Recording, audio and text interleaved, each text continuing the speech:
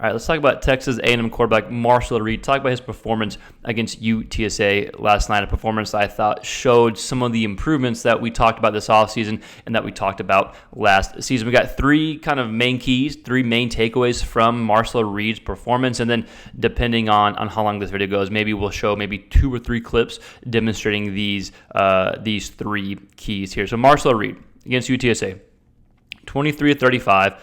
296 yards passing, four passing touchdowns, no interceptions, 8.5 yards per attempt. Had some yards on the ground as well, but didn't need to use his legs all that much against UTSA. My main takeaway right off the bat was his ability to run the offense more efficiently, and just you could tell the experience had really set in. Imagine that, right? You give a guy a full offseason to develop. You give a guy a full preseason to develop after a year of being the starting quarterback the majority of the games, and he looks better. He looked more in control. He looked comfortable. He looked more in sync, especially in that first half, even with that missed deep throw that was brought up, and yeah, he missed it, but I thought he looked overall a lot better. Now, it is UTSA, so you take it with a grain of salt. I totally get that, but he did exactly what he was supposed to do against a UTSA team. Like what else were you wanting to do? He was out in the fourth quarter. They had the backup, and so I thought he looked a lot more comfortable. I thought he was in control of the offense. There was experience. You could tell the experience was really setting in. And one of the biggest factors in watching Reed was him going through progressions, like looking at one side of the field and going back to the other side of the field and making some really nice throws there. So I think that's comforting, that's encouraging if you're a Texas A&M fan, that he looked more in control of the offense, which is what you expected him to be, right? But still nice to see, and he did exactly what he was supposed to do against UTSA. My second takeaway from Marcel Reed was, to me, and the numbers proved it, he was more accurate, especially on balls thrown downfield. And his adjusted completion percentage was only in 70 point something, I believe, which is fine. There's only one drop.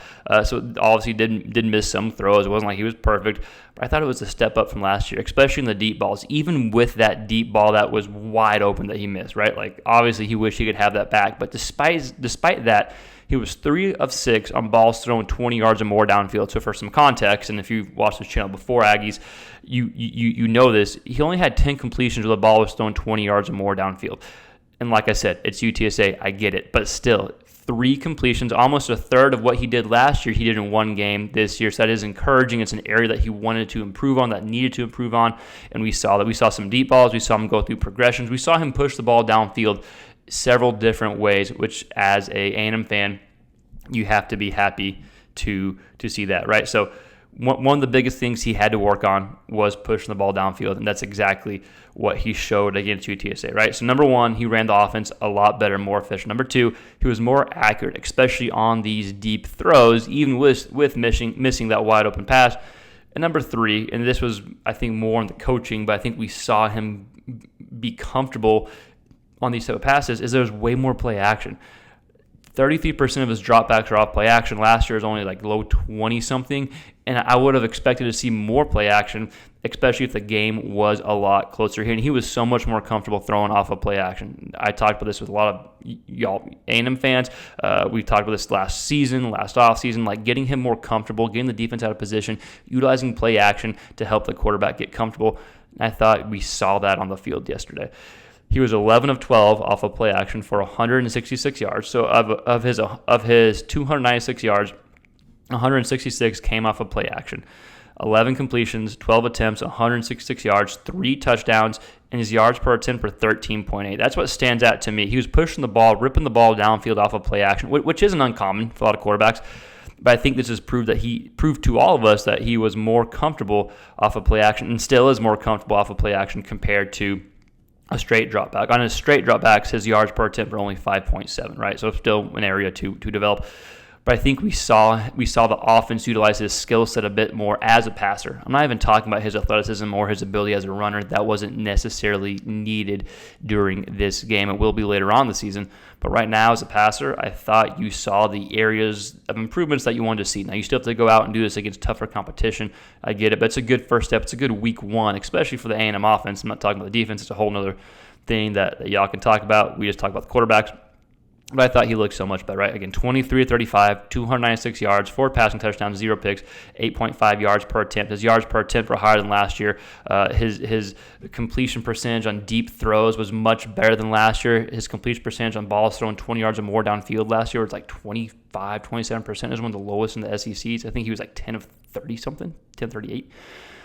But 3 of 6, and then utilizing his skill set and getting him comfortable off of play action, I think helped him have the game that he had yesterday as well. So, A&M fans, let me know your thoughts in the comments below. Let's go ahead and watch maybe 3 clips, maybe demonstrating a few of the areas that we talked about. So let's go ahead and watch these clips, and then we'll wrap the video up. All right, so we got 3 clips of Reed we're going to watch. Again, if you're an A&M fan, you've watched the channel before, you know it's broadcast footage. I have to slow it down. We're going to use less and less film this year because YouTube gets mad at me, but hopefully does a good enough job demonstrating Marcel Reed here. So we got 3rd and 17, probably my favorite throw Reed made yesterday. I think does a good job showing him going through his progressions, feeling comfortable in the offense, knowing where your receivers are.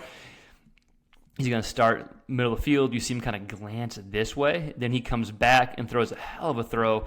Showcases his arm strength here. Boom. And he hits his guy again. 3 completions of the ball, throwing 20 yards or more downfield. And this was one of them, right? I think that's 22 yards downfield or so. That was a strike. Again, my favorite throw. He climbs the pocket. He goes through progressions. He's comfortable, knows where his receivers are.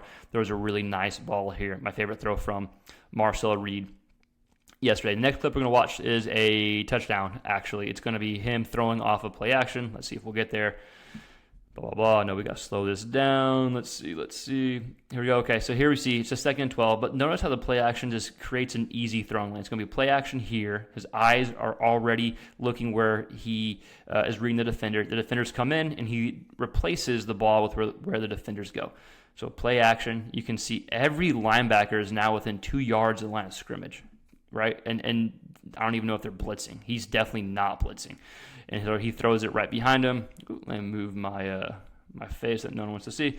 Receiver catches it, able to get upfield for a touchdown here. Again, Reed was 11 of 12 off of play action for 160-something yards, 13.1 or something yards per attempt. So if you're an A&M fan, I like seeing this. I like that he was comfortable in play action. I think you continue to utilize that and get defenders out of position here. In the last clip, something I want to see more of, we saw against Arkansas.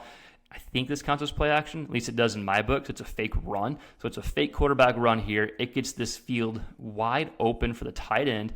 Watch. Everyone's coming towards him. He stopped. You got all these backers. The middle of the field is all coming towards Reed. He stops, able to throw a nice ball to his tight end for a 1st down here, right? So I don't know if that counts as play action in PFF grades. It counts as play action in my grade, and I thought it was a good job. Good, unique design play call, unique design scheme for Marcel Reed to continue to get him comfortable.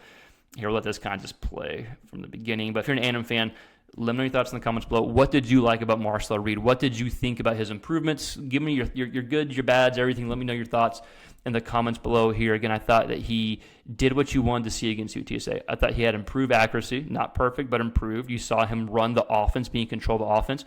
You saw him have completions like this ball right here, 3 of them, of the balls thrown 20 yards or more downfield.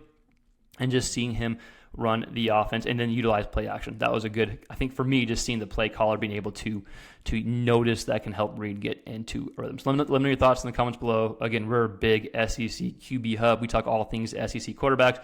A little film breakdowns like this, but more recaps and previews. So if you like that type of content, please consider subscribing, like the channel, video, all that, whatever YouTube stuff you got to do. It helps us grow. We'll see you next time. Peace.